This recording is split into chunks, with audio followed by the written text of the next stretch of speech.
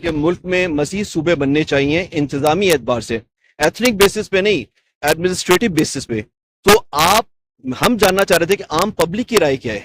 Politicians ہیں اپنی رائے دے رہے ہیں، جو پارلیمنٹیرینز ہیں وہ اپنی رائے دے رہے ہیں، مگر عام پبلک کیا چاہتی ہے؟ جو مسائل ہیں اس شہر کے، اتنا بڑا شہر ہے جو پورے ملک کو 68% ریونیو جنریٹ کر کے دیتا ہے، اور اس صوبہ سندھ کو تقریباً 98% ریونیو جنریٹ کر کے دے رہا ہے. اس کی تباہی آپ کے سامنے ہے، میرے سامنے، اس شہر والوں کے سامنے ہے. تو اس حوالے سے کیا آپ سمجھتے ہیں ایز اے مطلب ایک پرومیننٹ پرسنالٹی یا بزنس مین یا بلڈر اس شہر کے، آپ کیا سمجھتے ہیں یہ اس ملک کے مسائل کا حل ہے، خاص طور پہ اس شہر کے؟ بسم اللہ الرحمن الرحیم. میرا نام محمد اکرم رانا ہے. میں چیئرمین ہوں Karachi chamber of commerce law and order. اس کراچی کو علیحدہ سے اس کا انتظامی یونٹ علیحدہ کریں. جب تک آپ یہ نہیں کریں گے اس شہر کے ساتھ زیادتی ہوگی. شہر کے ساتھ زیادتی نہیں ہے، یہ پورے ملک کے ساتھ زیادتی ہے. جو شہر ملک کو چلا رہا ہے اس کے ساتھ زیادتی کریں. یہ وہ شہر ہے جو سمندر کے کنارے پہ ہے، اس کو ماڈل سٹی ہونا چاہیے تھا. یہاں پہ پاکستان کے اندر ماڈل سٹی کس کو بنا رہے ہیں؟ لاہور کو بنا رہے ہیں. موٹر وے سب سے پہلے کہاں سے شروع کی؟ لاہور سے پنڈی، جہاں ضرورت ہی نہیں تھی، جہاں اتنا بڑا جی ٹی روڈ جا رہا تھا، جہاں مزید اتنی اچھی اچھی سڑکیں تھی. جس شہر نے پورے پاکستان کو روزگار دینا ہے، جہاں سے پورے پاکستان کی معیشت کا پہیہ چل رہا ہے، اس شہر کے ساتھ آپ نے یہ ظلم کیا ہے. یہاں نام موٹر وے ہے.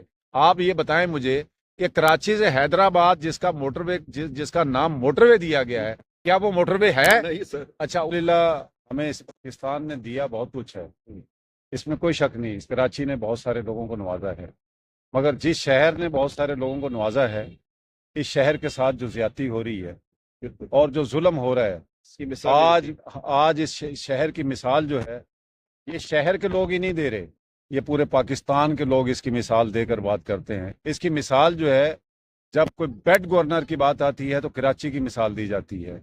اور یہی وجہ ہے کہ یہ شہر جو پورے پاکستان پال رہا ہے، جو پورے پاکستان کے بے روزگاروں کو پال رہا ہے، اور یہاں پہ جو آتا ہے پھلتا پھولتا ہے، اور اس شہر کے ساتھ ہی اتنا ظلم ہو رہا ہے. آج اس شہر کی کسی گلی میں چلے جائیں، آپ اپنے کپڑے پھڑوائے بغیر باہر نہیں آ سکتے. کسی جگہ لا اینڈ آرڈر کے مسئلے چل رہے ہیں، کسی جگہ آپ کا انفراسٹرکچر جو ہے، کسی جگہ کیا، پوری کراچی کا انفراسٹرکچر تباہ ہو چکا ہے. اور 4.5 کروڑ کی آبادی ہے، جس کو پہلے تو یہاں پہ مردم شماری کے اندر ہی اس کے ساتھ زیادتی ہوتی ہے، اس کو پورا گنا نہیں جاتا. تو زیادتی جو ہے وفاق بھی مل کر رہا ہے. یہ شہر سب کو پال رہا ہے، جو آتا ہے اس کو سینے سے لگاتا ہے. اور یہی وجہ ہے، یہ محرومیوں کی وجہ سے ہی یہاں پہ مختلف تنظیمیں بنتی ہیں، اور وہ تنظیمیں جس ٹائم پھر ہتھیار اٹھا لیتی ہیں محرومیوں کی وجہ سے، پھر وہ ان کو تعصب کا نام دیا جاتا ہے. وہ بھی غلط ہے، میں کہتا ہوں وہ اس طرح کا نہیں ہونا چاہیے. اگر اس کا حق پورا دیا جاتا، اس کا حق ادا کیا جاتا، تو آج یہ شہر نہ اس طرح کی آوازیں پہلے اٹھاتا جو اس نے پہلے ایک سفر سے گزرا ہے. یہ تو یہ سب کے سامنے ہے. اور آج پھر اسی شہر کے ساتھ آپ یہ دیکھیں کہ روڈوں کا اتنا برا حال ہے. نہ یہاں کے روڈ اچھے ہیں، نہ یہاں پہ پبلک ٹرانسپورٹ ہے.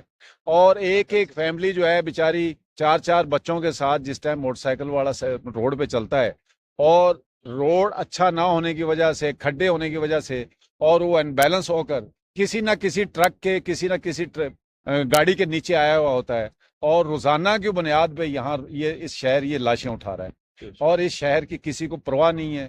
جب تک اس شہر کے ساتھ یہ ظلم زیادتی ہوگی تو لوگ پھر کیا کریں؟ کراچی کو لاڑکانہ سے بھی بدتر کر دیا ہے.